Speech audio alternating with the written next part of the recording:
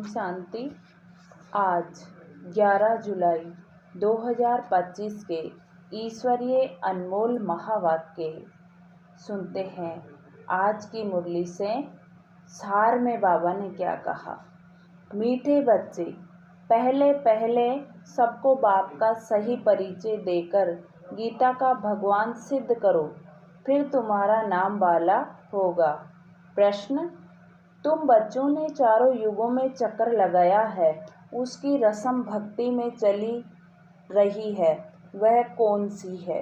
उत्तर, तुमने चारों युगों में चक्कर लगाया, वह फिर सब शास्त्रों चित्रों आदि की गाड़ी में रख चारों ओर परिक्रमा लगाते हैं, फिर घर में आकर सुला देते हैं।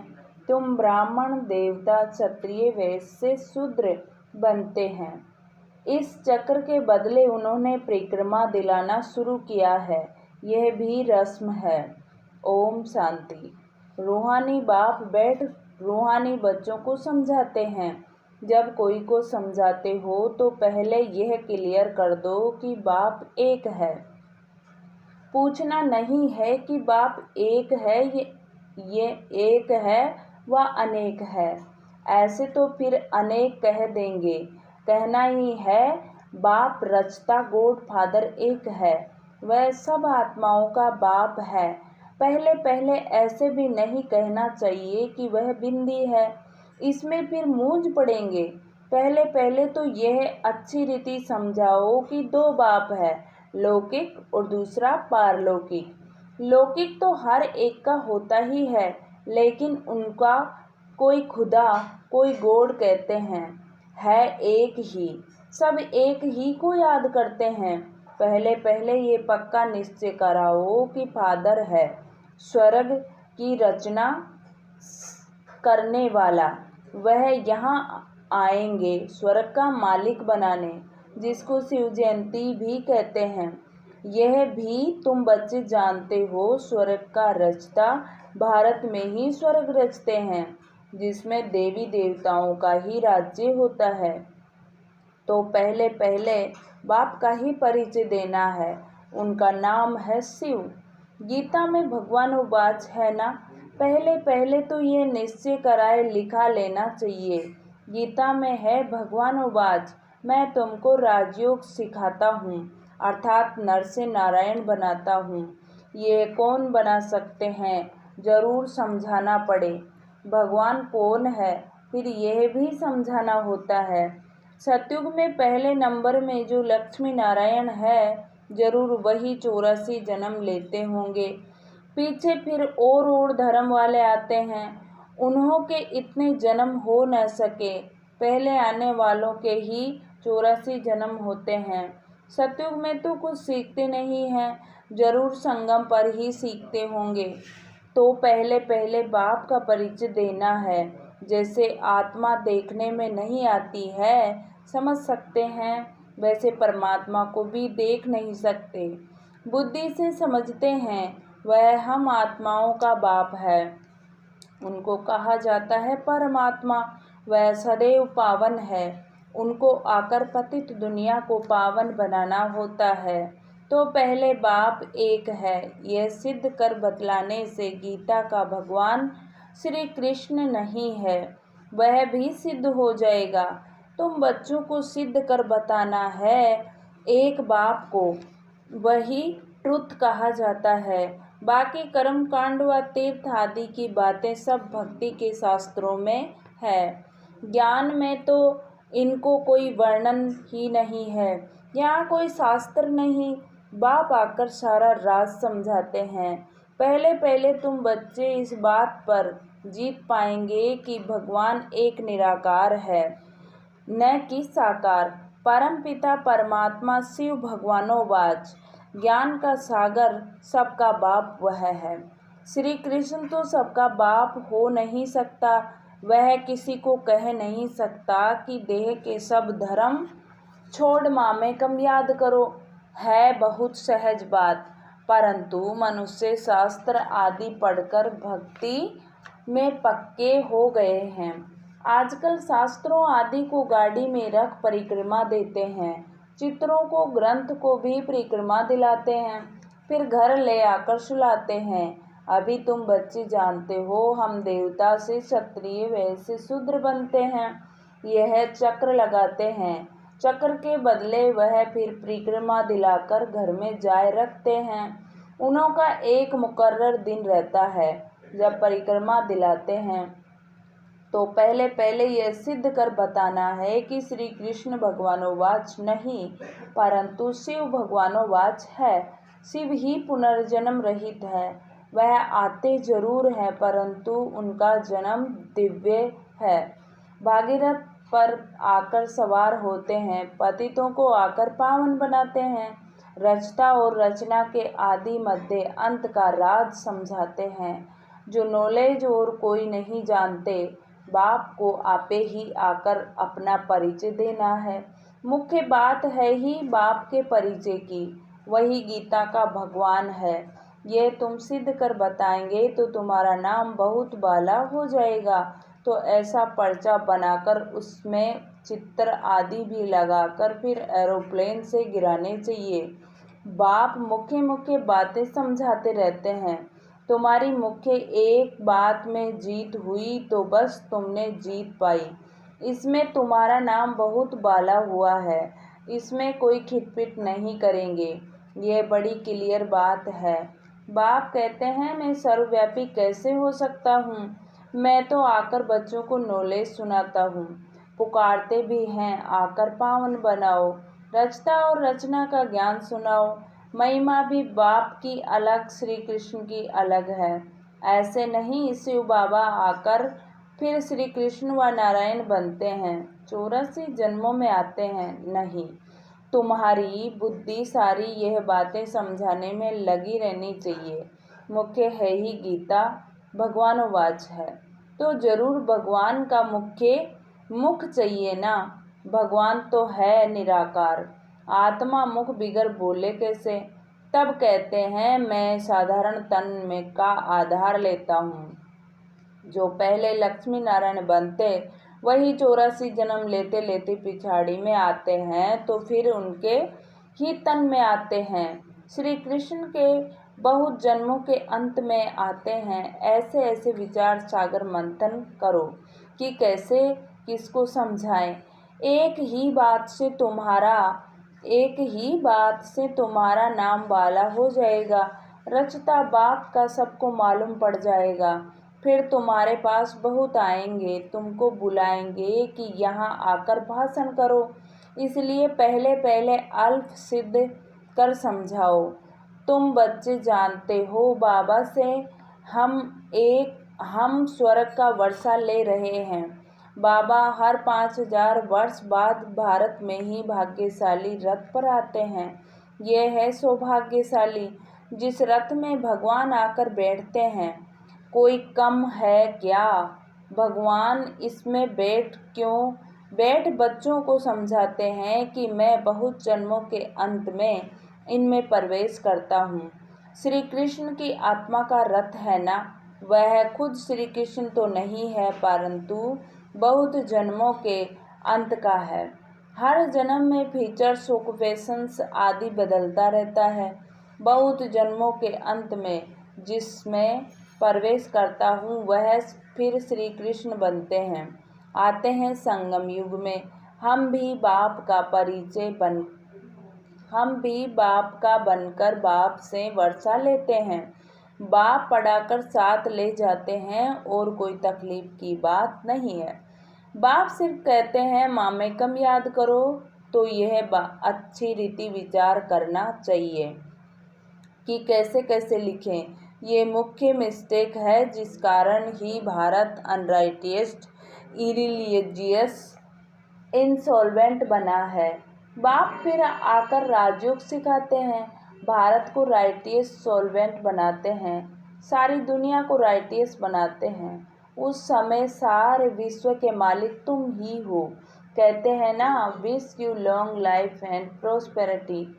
बाबा आशीर्वाद नहीं देते हैं कि सदा जीते रहो। यह साधु लोग कहते हैं अमर रहो। तुम बच्चे समझते हो अमर तो जरूर अमरपुरी में होंगे। मृत्युलोक में फिर अमर कैसे कहेंगे।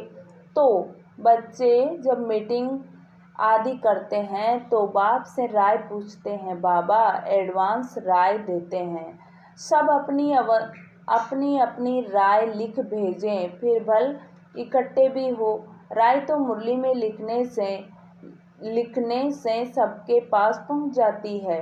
2-3 हजार खर्चा बच जाए। इन 2-3 हजार में से 2-3 सेंटर खोल सकते हैं। गांव-गांव में जाना चाहिए चित्र आदि लेकर। तुम बच्चों का जास्ती इंटरेस्ट मूल वतन की बातों में नहीं होना चाहिए। ब्रह्मा विष्णु शंकर आदि चित्र हैं तो इस पर थोड़ा समझाया जाता है। इन्हों का बीच में थोड़ा पार्ट तुम जानते हो, मिलते हो, बाकी और कुछ है नहीं, इसलिए इसमें जास्ती इंटरेस्ट नहीं लिया जाता है। यहाँ आत्मा को बुलाया जाता है, उनको दिखाते हैं, कोई आकर रोते भी हैं, कोई प्रेम से मिलते हैं, कोई दुख के आंसू बहाते हैं। ये सब ड्रामा में पार्ट है, जिसको चिट चैट कही जाए। वो लोग तो ब्राह्मण में कोई की आत्मा को बुलाते हैं, फिर उनको कपड़ा आदि पहनाएंगे। अब शरीर तो वह खत्म हो गया, बाकी पहनेंगे कौन। तुम्हारे पास वह रस्म आदि नहीं है, रोने आदि की तो बात ही नहीं। तो ऊंच ते ऊंच बनना है, वह कैसे बने। जरूर बीच में संगम युग है, जब पवित्र बनते हैं। तुम एक बात सिद्ध करेंगे तो कहेंगे यह तो बिल्कुल ठीक बताते हैं। भगवान कभी झूठ थोड़े ही बता सकते हैं। फिर बहुतों का प्यार भी होगा, बहुत आएंगे। समय पर बच्चों को सब पॉइंट्स भी मिलती रहती है। पिछाड़ी में क्या क्या होना है वह भी देखेंगे। लड़ाई लगेगी, बॉम्ब छूटेंगे। पहले मौत है उस तरफ, यहाँ तो रक्त की नदियाँ बहेगी। बहनी है फिर घी दूध की नदी। पहले पहले धुआं विलायत से निकलेगा। डर भी वहाँ है, कितने बड़े बड़े बॉम्ब्स बनाते हैं, क्या क्या उसमें डालते हैं जो एकदम शहर को खलास कर देते हैं।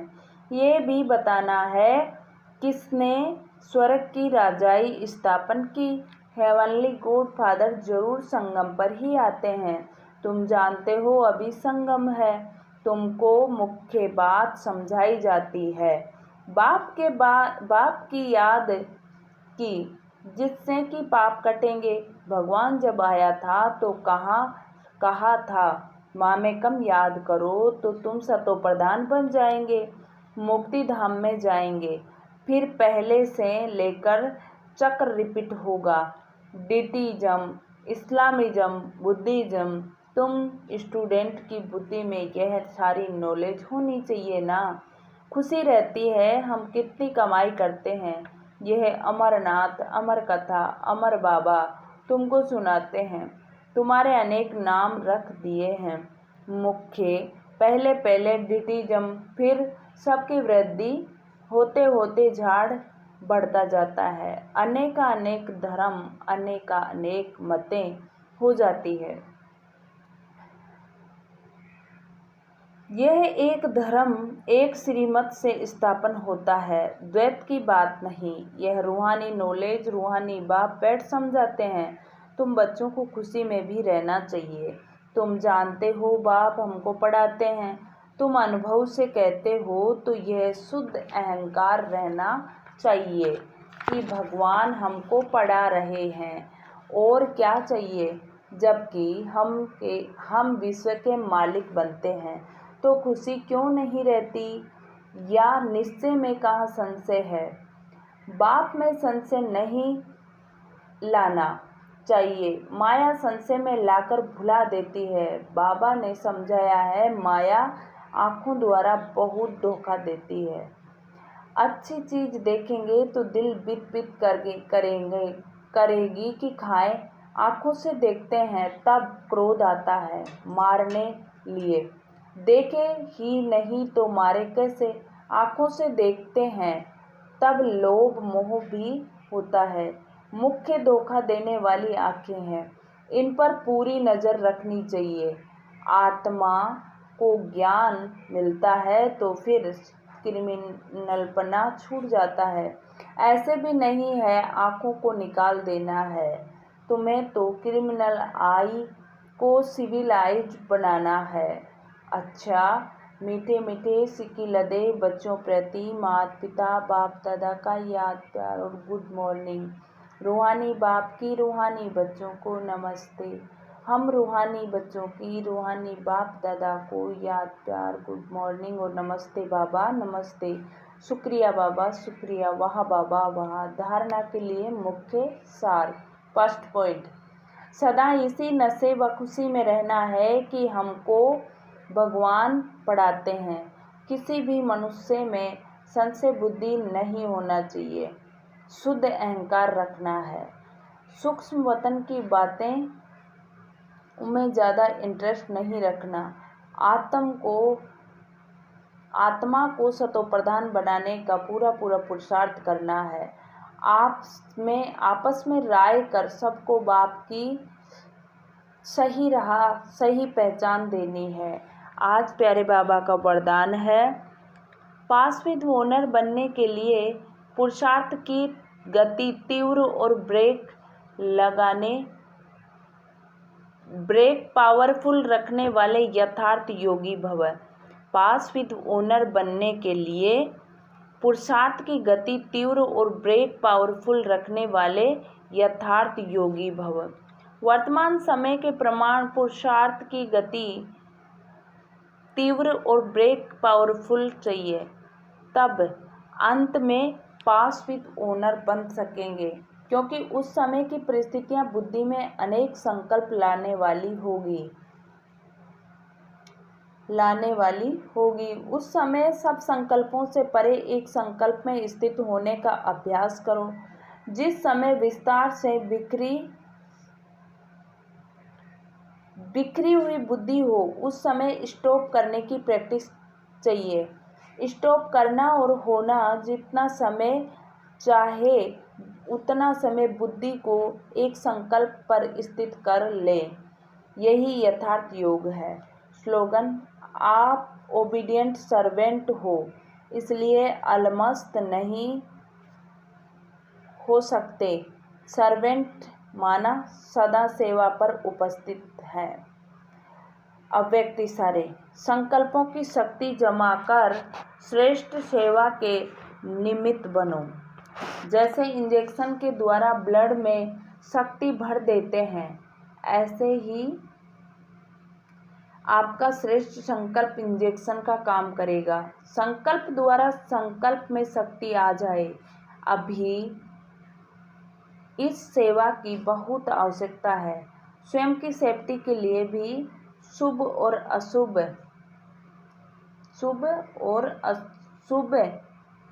स्वयं की सेफ्टी के लिए शुभ और श्रेष्ठ संकल्प की स्थापना और निर्भयता की शक्ति जमा करो, तब ही अंत सुहाना और बेहद के कार्य में महायोगी सहयोगी बन बेहद विश्व के राज्य अधिकारी बन सकते हो।